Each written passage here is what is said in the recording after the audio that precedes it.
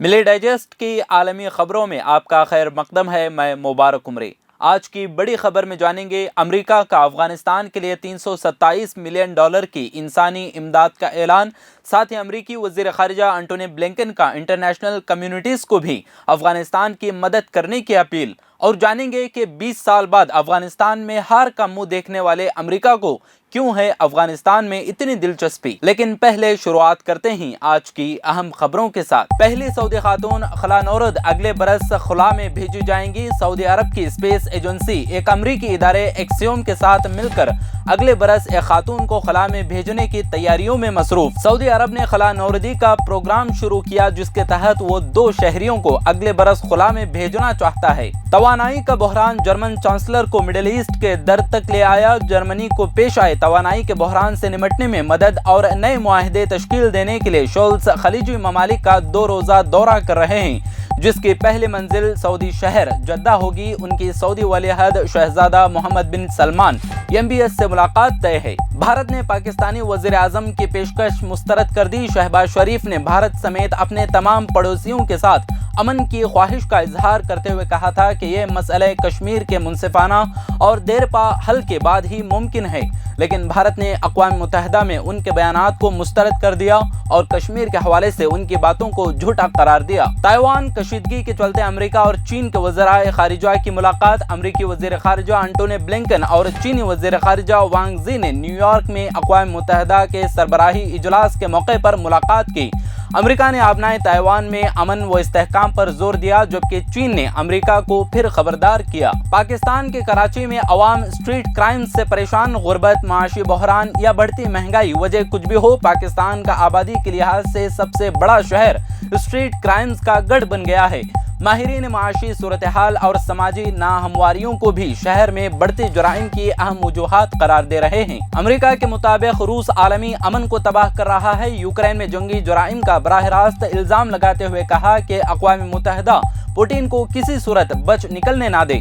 امریکی وزیر خارجہ انٹونی بلنکن نے سلامتی کونسل سے خطاب میں کہا کہ پوٹین نے تناؤ کم کرنے کے بجائے اضافے کا راستہ اختیار کیا، اور یوں ہماری نگاہ میں وہ عالمی امن کو تباہ کرنے والا ہوا۔ یوکرین اور روس کے درمیان قیدیوں کا تبادلہ۔ فروری سے جاری جنگ میں قیدیوں کا سب سے بڑا تبادلہ ہوا۔ رہائی پانے والے چند قیدیوں کو سعودی عرب اور کچھ کو ترکی پہنچا دیا گیا، جہاں سے انہیں ان کے آبائی ممالک پہنچایا جائے گا۔ یوکرین نے روس کے ساتھ 215 قیدیوں کے تبادلے کا اعلان کیا۔ بدلے میں روس کے 55 قیدی رہا کیے گئے، ان میں سے ایک وکٹور میدویچیک ہیں۔ اب نظر ڈالتے ہیں آج کی بڑی خبر پر۔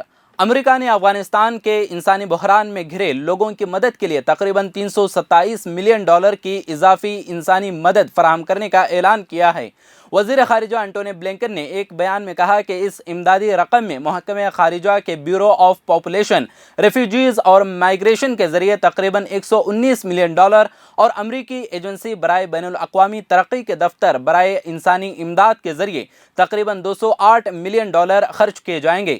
نئی امداد کے اعلان کے ساتھ ہی کابل میں طالبان کے اگست 2021 میں فتح کے بعد سے اب تک افغانستان اور پڑوسی ممالک میں کل امریکی انسانی امداد کا حجم $1.1 بلین سے زیادہ ہو گیا ہے۔ وزیر خارجہ بلنکن نے کہا کہ امریکہ افغان عوام کی مدد کے لیے اپنے عزم پر قائم ہے۔ انہوں نے کہا کہ واشنگٹن انٹرنیشنل برادری کے دیگر اراکین سے 31 مارچ کو انسانی ہمدردی کی حمایت سے متعلق ہونے والے اعلیٰ سطحی اجلاس کے دوران افغانستان میں انسانی بحران سے نمٹنے کے لیے کیے گئے امدادی وعدوں پر عمل کرنے کا مطالبہ بھی کر رہا ہے۔ واشنگٹن میں محکمہ خارجہ کے ایک اعلان کے مطابق امریکی امداد کو اقوام متحدہ کے population fund, international organisation for migration اور خطے میں عمل درآمد کرنے والے دیگر شراکت داروں سمیت انٹرنیشنل انسانی تنظیموں کے ذریعے افغانستان اور پڑوسی ممالک میں انسانی ہمدردی کی بنیاد پر کیے جانے والے منصوبوں میں امداد کے لیے استعمال کیا جائے گا۔